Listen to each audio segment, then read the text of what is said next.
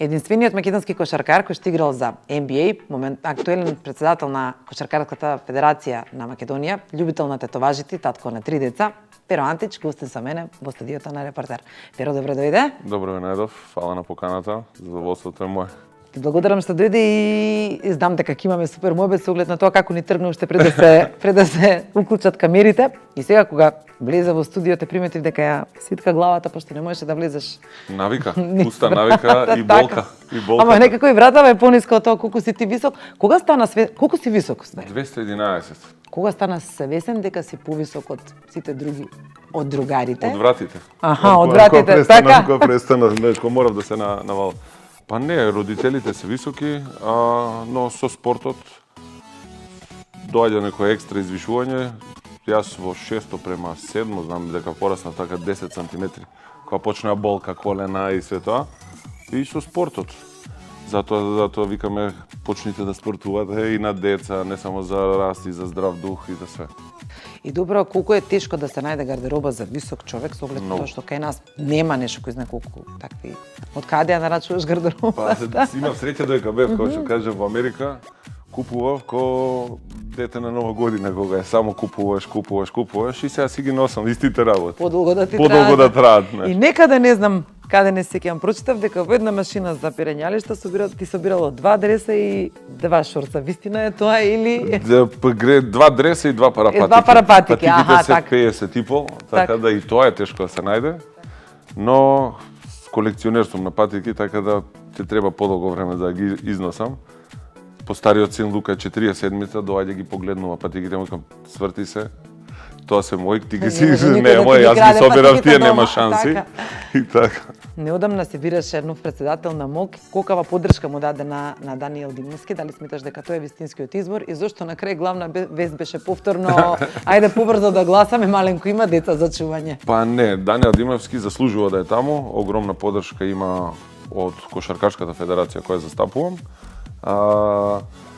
Спортот, мислам, тоа собрание беше едно, да не кажам, негативно искуство. Место спортски да се збореше толку политики и тие работи, што спортот треба да е ван политиката, но на крај заврши како треба и после 4,5 сата почна пак да зборат за тоа, јас станав луѓе, дај да гласаме, маленко има 5 деца за чување, имам вака поглед. А во какви односи со маленко се дружите? Одличен, дечкото е цар, легенда наша пливачка и само поздрав огромен, капа доле за маленко.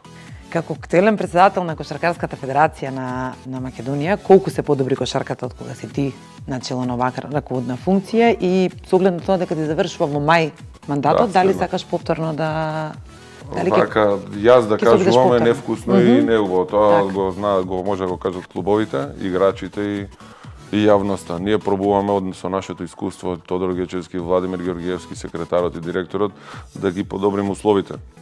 Да се врати желбата кај играчите, не директно да се иде колку ми е договорот. Пред се да идат дека е сакат кошарката да играат. А за мандатот да одговорам, тоа е 2+2.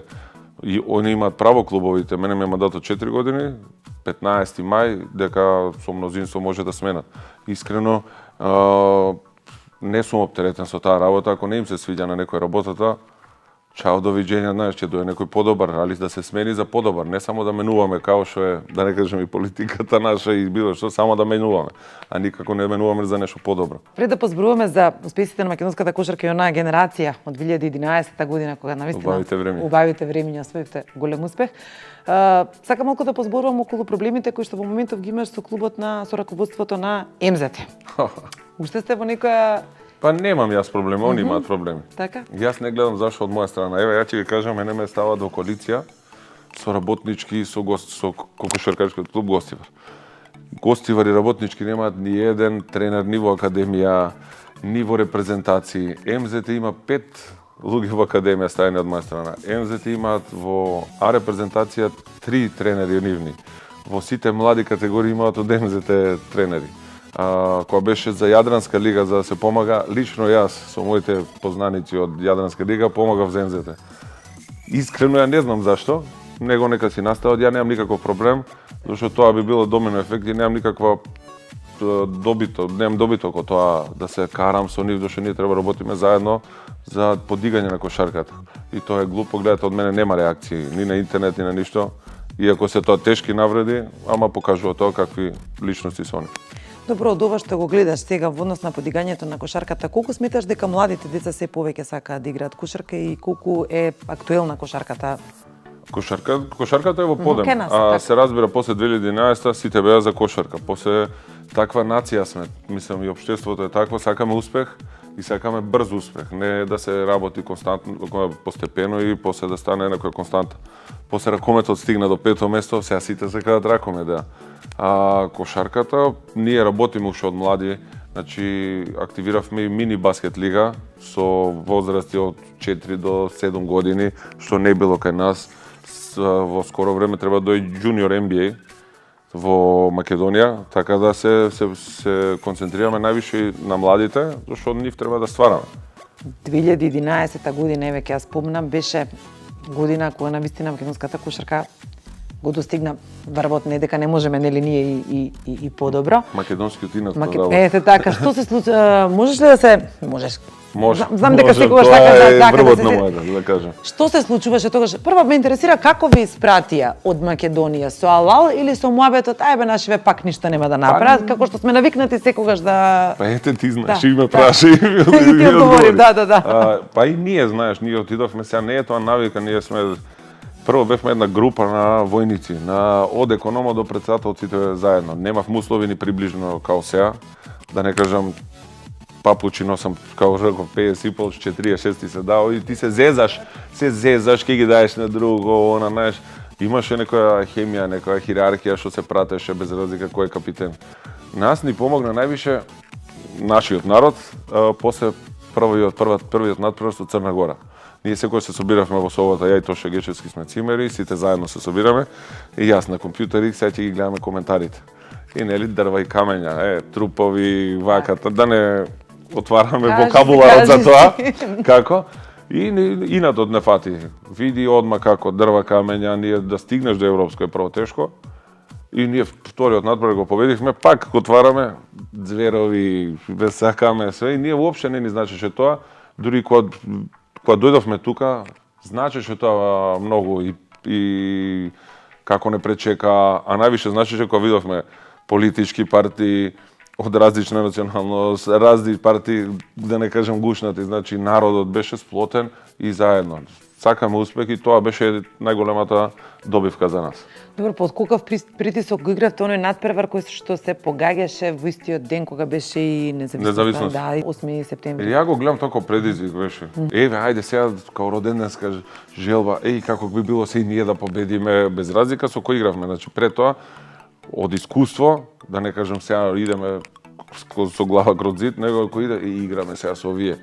Тоа европско беше као уште еден надпревар. Не дали е Шпанија, дали е било глава, ние сме си тие војниците што со витаминка дрес, со спонзорите, зашто немавме стварно благодарност до сите тие спонзори што ни овозможија тогаш. Сите си имаат некој опреме. Не, ние бевме војничињата што дошле и ќе си одат. Ама уште ми зуни во глава она Македонија во полуфинале коментаторот на Ситоли на која телевизија го пренесуваше така и Владо леле луѓе што направивме. И колкаво беше сега разочарувањето, посебно од преварите со Шпанија и Русија, кога ете за малку така било пишано. Дури и последниот преварот, нели кој Дамјан или Војдан промаши од подкош, знаеш ги гледаш и кај родителите овако. Као капитени треба ги Тодор Гечевски постарите. Ало, момци, замисли сега до вчера една-две победи, сега се бори за медал и сега готово. Не, идеме дале, следното ќе пробаме, ќе наставиме. Тоа беше една таква група на играчи што се надевам дека ќе се деси и треба да се деси пак. Тоа сакав сега да те прашам, зошто Македонија се уште не може да го повтори тој успех и има ли шанси понатаму да го доживееме пеј кошаркарите? Не треба да бараме да се повтори успехот според мене, треба да биде еден предизвик и да не стои тоа као притисок за било која екипа. Четврто место, да циљаме да се помине таа, ја го викам единствениот. Јас се надевам и од срце го кажувам единствениот во NBA. Не, дај Боже да имаме уште некој NBA. Зашто нема ништо да добиваме и ќе остане единствениот. Ете стигна некој македонец, значи можеме да идеме. Има таленти, има многу добри. Тука е на Врбица Стефанов синот, на Джоле Војновиќ синот, Јакимовски што отидо. Има многу добра генерација, само им треба поддршка и да се работи со нив. Добро, како почна твојата приказна со NBA? Ти се јавија по телефон, ало Перо, не, или како? Два пати имав шанса да одам во NBA, ова ги бира по понудите во Европа, што се поголеми. Зашто во NBA кој ќе дојдеш треба почнеш од некоја помала сума и бев на еден начин лако, ама убаво испаднал. Сум имал среќа. И со Мишко Разнјатовиќ, менаџерот кој ми отвори вратата на друга страна да ја гледам кошарката, на подобра, и до 10 сат имаме не се јавуваме на телефон. До 10, ако не се средила, јас дојдов и утре дента треба потпишам со Барселона. И у 10:45 дигам Мишко, шта е, има преку проблем. Не, и као, што викаш за NBA? И ја му реков, ало, на 34 години да идам таму, ме закуцаваат млади некои, викам, не сакам. Ај позбори, вика, со тренерот. И ја му се јавив на тренерот, збориме и он ме прашање што мислиш за претходната година финалето Мајами Хит против Сан Антонио. Ја на екипа само прочитав, Сан Антонио биле глупи што не направиле фаул. И јас стварно не пратев. Се у слободно време уште тоа да пратам и кошарка ова ќе се деси. И јас викам, па што да кажам, ете, Сан Антонио глупи што не направиле фаул. Имаше мала пауза. Океј, право се испуштив. И Мишко, што направиш, знаеш? Ја викам, ништо му кажав дека се глупи. Па дали си ти нормален човек, овој прв помошник на Сан Антонио бил прошлата година, бил помошник.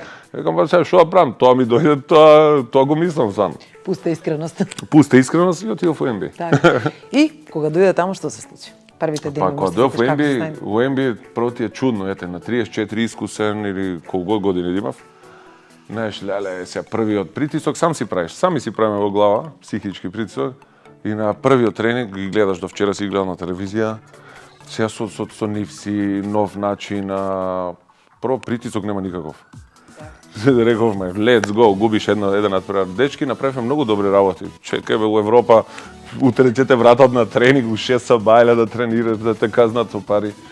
И кога првиот шут, кога направив дриблинг, скокнав, значи можев да идам понатака. Ја скокнав, ја фртлив, влезе од тавла. И сум можел да дам кош и почиња другачие размислување. Опуштено бизнис за играчите да не кажам во сон живееш. Све ти е возможен. Во ден парите во Европа, може и 5 месеци да ти се должи пари. Во ден парите, да имаш кувар, да имаш оваков, да немаш додир, да е толку леснето да што ти доаѓа, ало, дајте нешто. Некоја драма. Ние сме балкански. Нема драма, никаква драма. Добро, сакаш да кажеш дека и тренинзите, пред тренинзите и пред надпреварите е толку едноставно и толку тоа нема ни тренинзи, да ти кажам, до толку што нема тренинзи. Све е опуштено. Све е опуштено. Бизнис има и гледаат да сме ние здрави, да ни е све мед и млеко. И кога ќе споредиш сега NBA и европската кошарка и некаде прочитав дека велиш таму пред надпревар излегувавме, а не де Боже ова да му го кажев на Желјко Обрадовиќ во Видиш, сега не му тешко ми е да го кажам, да му го кажам на Желјко Обрадовиќ.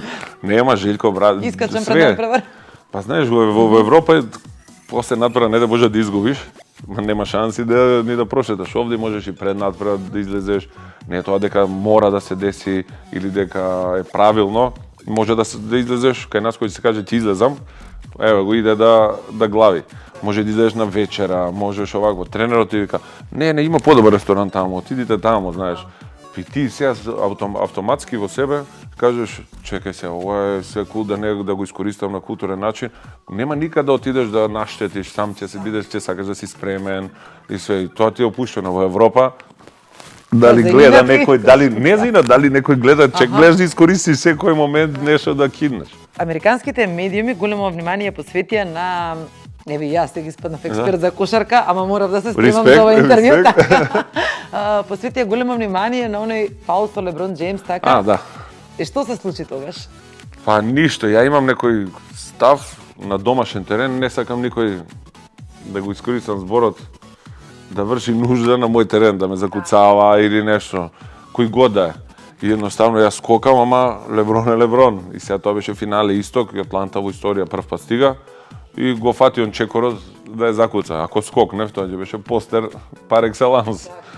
И не сакав да дојдам во Скопје, прво нешто што ти покажува другарите, леле, амате, ова, леле, она. Вака болја прича. Драго, удри го од земја и довиđenja. Ти им кажам јас, друга прича. Колку те погоди смртта на Коби Брајан и дали кога играше во времето за Аталанта го пцуеше на македонски? Еднаш. Што му рече? Па ништо, Коби беше прво нека му лесна земја, играчиште и психички спремен и физички, еден од ретките. Он пратеше, ја играв со неговите патики, со ниски Коби Брајан. Ако играм против особа која носам, ме ги менјам патиките и играв со Кајри. Ја имав шут со Лейкерси за изедначување во Атланта и го промашив. И на слободни му се направи, он као, знаеш ли зашо промаши, демек патиките. И ја на нашето, сега на камера сме, да се магони се бре. Магони се бре, знаеш, као три лепе. Не дека он го шу, јас со главата не да се карам. А на прашањето дали ме погоди, многу ме погоди, кој ќе видиш како ние се замараме за животот, за небитни работи, го живееме све, не да се докажеме на некој, а знаеш сама дека нема да чиниме у 90% од случаевите. Коби Брајан све има со хеликоптер, например, и лета до тренинг, до све, и една ситница, ете, све имал човекот. Све имал, се дешава, па никој не знае колку е време, може пари да имаш, да ги броиш, да знаеш колку се и све остало, а време никој не знаеме. И место да го живееме животот, да се замараме за битни работи, за некој симпл став, што се битни, ние цело време се замараме со докажувања, со расправања, со све. Пар екселанс во расправање до пред некој период сум бил, ама тоа носел домино ефект некој негативен. Така да треба да гледаме позитивно на живот и да не обраќаме пажња на тие работи. И во цела таа приказна во NBA лигата некако Перо Антич на крај беше уапсен од полицијата во Њујорк заради тоа што играч на Индијана беше пробуден со нож или? Грешка. Ние излеговме во клуб и надвор го прободеа него, ама сасвим тоа друго и сега рација го затвора клубот. Јас бев уапсен заради тоа што сум тимски играч и никад не оставам никој од пријатели на цедел. Ја бев во колата, Табо се фолоша, не ги пратеше инструкциите на полиција, излезе надвор и почна се расправа со нив и они го фати. И јас видов и махинално излегов и ги фатив двајца полицајци како што правите. И дојде уште 10 други и си отидовме да преспиеме во хотелот на полицијата. Ги повлекоа сите оптужби према мене, према Табо си наставија. Така да излегов чист, али ете во нашите кругови. Али пак добро искуство некој. Во лошо ја гледам барам позитивно во секој лошо која ќе се возеше во полициска кола што гледаме на филмовите. Баш така. И многу е тесно, да знаеш. Во америчките полициски многу не е ништо како на филмовите. Мора лако. На филмови све пренапукано. Да. Не си умишляме дека толку е добро во Америка. А времето кога играше во Црвена звезда и кога живееше во Белград. Колку тоа ти збориме од 2005 до 2007 или сега за последното? Кој период е последниот, па може кој период? Секој период. Јас Звезда сите знаат. Дели е Север, навијачите се и доека сум играл кошарка, како што реков за NBA, навијачите се некако како шестиот играч ти даваат ветер у грб, помош ти даваат мотивација, не може да немаш. И јас во тој момент тоа е некој чувство што треба си на терен за да го доживееш. Во тие моменти Олимпијакос, па и Фенербахче и Звезда, тие ми се врхунски, не можам да ги издвојам. Ова ми е од најдоброто кариерата, може за најдобро кариера ќе кажам 2011. И искрено го мислам. Него од клубски план сите си имаат посебно место, посебно тие три периода со тие три клуба. Сега се потсетувам во времето кога играше во Грција, добиваше смртни закани од Грчки. Од Буцко? Не, тоа е пренатрупано. Тоа е колку ме вистина во јас провоцирав, тој е во купот. Так. И он сега дали он е 106 кила или било што и имаше одбрана, тој ривал со Панатенаикос, Олимпијакос. И јас направив овако и он темек ќе те убијам. Сите сме на уста јаки, иде нека убие. Не те не, сум тука, и кај нас сега медиуми, многу од медиумите, не можам да ги класифицирам сите медиуми, дел од медиумите, едва чекаат да си допишат у вовчето на зборови, уште некој нивен. Смртни закани. Извини, не сум председател некој држави. Да те врата малку во детството, како Перо Антич почна да игра баскет? Каде прво почна да играш баскет? Во Работнички. Сасвим случајно, тогаш бев само да излезеш од дома и во мало да трчкаш. Што за жал сега, ретко со телефони, со све. И ги гледам цело мало и брат ми, кајде тебе да се запишат на кошарка? Работнички, порано беше 80 деца, као лубеница. Да. Ги бираат извод од матично 2 слики и тоа ти е, нема колку ќе зимаам договор. И отидов тамо и најсмешно тоа што кажа Марин Козовски на првиот тренинг ми избрка. Зошто? Зошто закаснив. Аха. Дошол тој редицата, влегов, каде бе ти? Надвора. После 4-5 години он што ме земал првиот тим на Работнички. И така сасвим случајно почнав кошарка, иначе иако татко ми бил еден од подобрите играчи во Македонија, воопште не сум имал притисок, исто како што моите деца немаат никаков притисок да мора кошарка да играат. По нашиот менталитет мора син ми да е кошаркар. Ти има 3 сина, сега што правиме? 3 сина, па двајцата играат кошарка.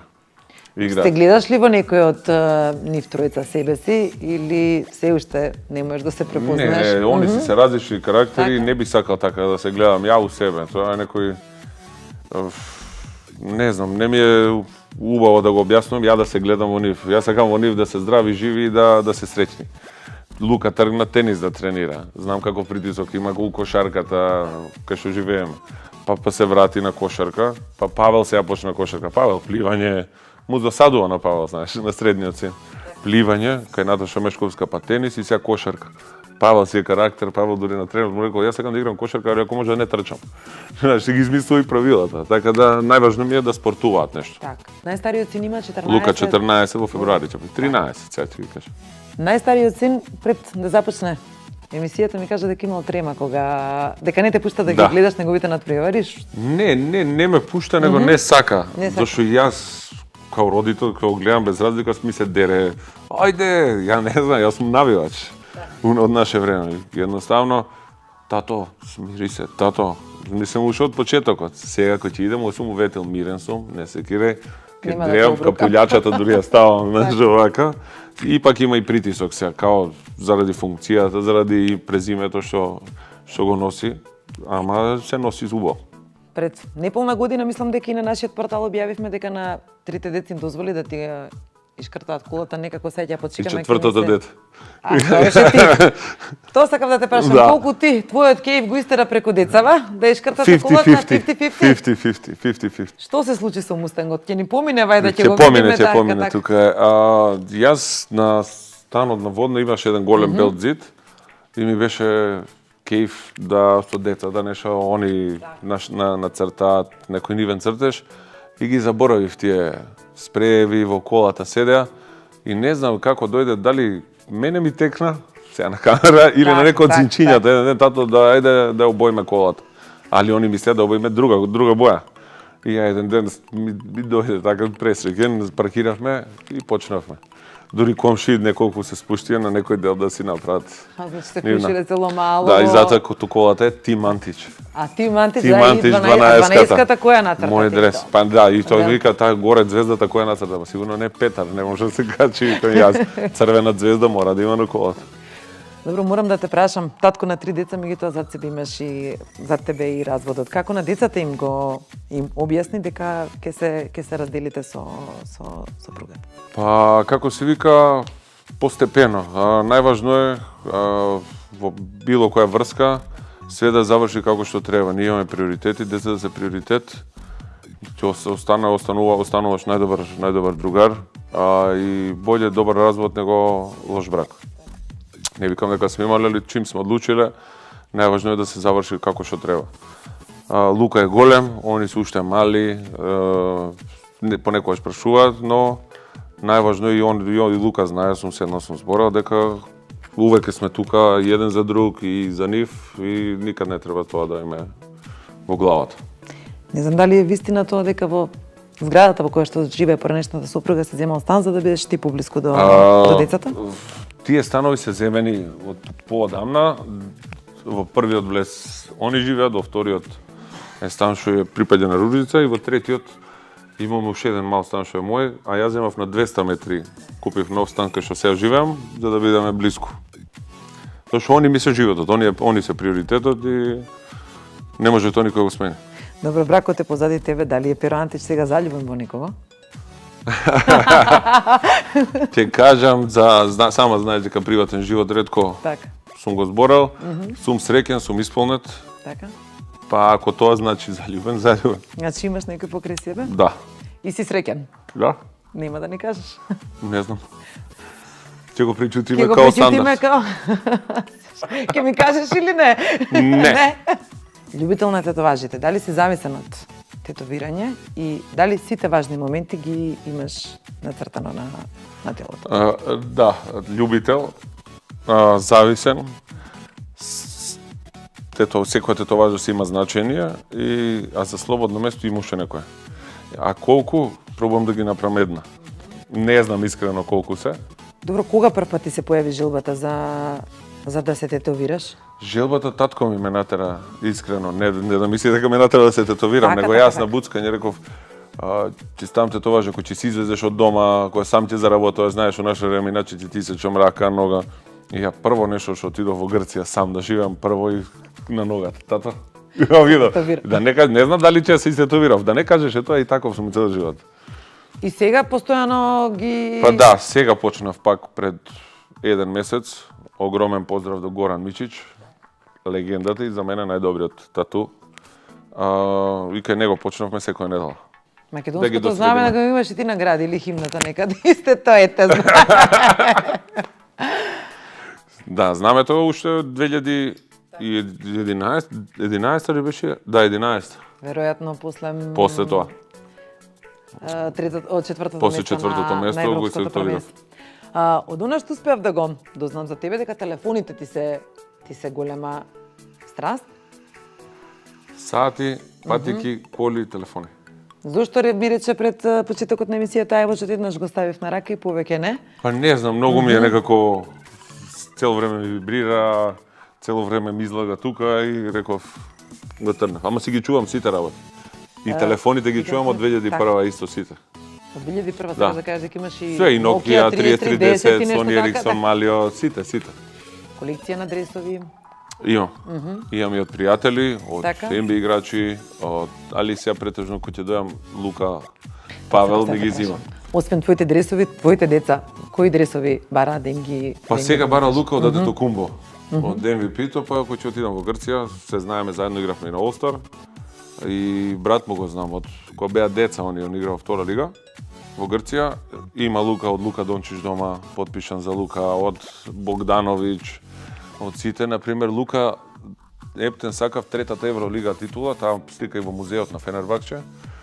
20.000 луѓе, а сега како освоивме, сите слават, ја Лука го спуштам, едва го спуштив, и Лука да биде сведок, да го осети тоа во средина, на сликање, на трофео, да го добие, сепак е тоа најголемата европски трофеј во кошарка. Сакам да те прашам околу дружбата со Гора, со кого актерот Гора со кого многу личите, онаа реклама спекуларна за Евана и Панчо од ДНК, ете така, кој што на додолањето на Бомара еден врз друг се качија за да го представат Перо Антич. Награда добитуваш? Тоа Горас е стварно, мислам го познавав како глумец, како позната личност, но на Евана рекламата кога го запознав не постои пооригинален, поспонтан, по-смешен човек од него и по-интелигентен.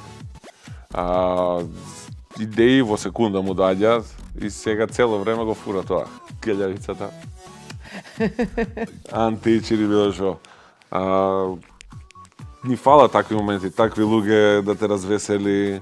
Нека од Джеджулето, Панчо не може да ме развесели. Зошто не може Панчо да развесели? Се шала, Джуџе не се љути.